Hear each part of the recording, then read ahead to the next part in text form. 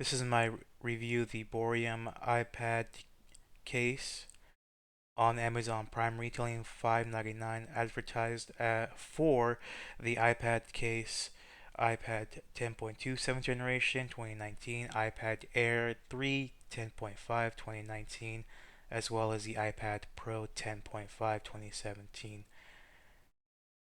This is going to be a 7 color backlit keyboard. My first impression straight out the box was a pretty good looking case. The plastic doesn't seem cheap or brittle. Seems pretty sturdy. The hinges are pretty okay, not too stiff, but was a little bit stiff right out the box. Came with the instructions as well as a micro USB charging cable. This is a good alternative to what's currently out there in the market. The Logitech Folios are about an average of $100. The official folio for the iPad are going to be a bit of a sticker shock, especially if you're in a tight budget. This does have a 360 tilting display. Uh, the single hinge on this was pretty stiff out the box, as I said. After a couple days of use, it's gotten better. Hopefully, it doesn't lose too much resistance over time. The bottom of this case does have rubber feet. The finish on this keyboard case is a matte black. I don't believe it's paint, it's just straight plastic. You can kind of see the heat transfer from my hands onto the case, but because it's a matte black, you won't really see any fingerprints unless your hands get really dirty or oily. You might see smudges on the case.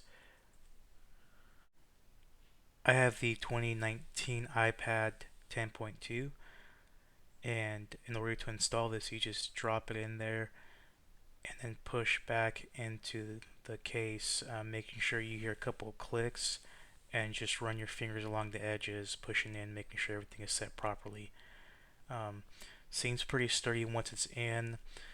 This doesn't have any rubber bumper corners, nothing to absorb any drops, so hopefully it won't, pop out if you ever drop it. In order to connect this to my iPad, you go to your settings app, turn on your Bluetooth, and press Control, or actually it's Function plus C. Uh, Once you press that, it should come up automatically and hit connect, and that's pretty much it. Once you're connected, you should be able to type right away.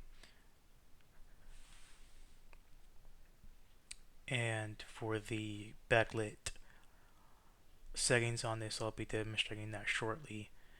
But just go back to your connection and you can disconnect or forget the device. In order to turn on the backlit display, to the right of the shift key there is a key with a light bulb displayed on it.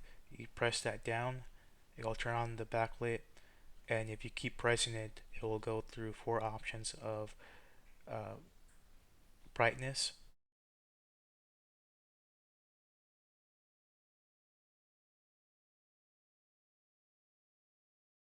To the right of that key there is an RGB. You click on that to go through the colors.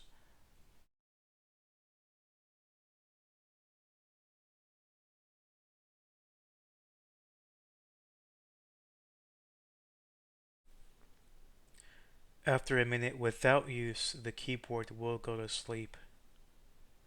The keys are pretty responsive when you're typing away, and they're fairly spaced out. You can hear the clickly clack of the keys.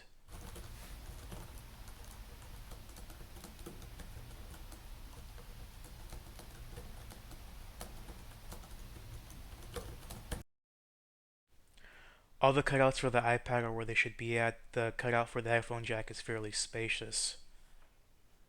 The only cutout that it doesn't have is the cutout for the Apple logo. The only letdown I got from this was this fake leather um, loop for your uh, stylus. I have the Logitech crayon. Obviously, it didn't fit, so not a big deal for me, but was a bit of a letdown.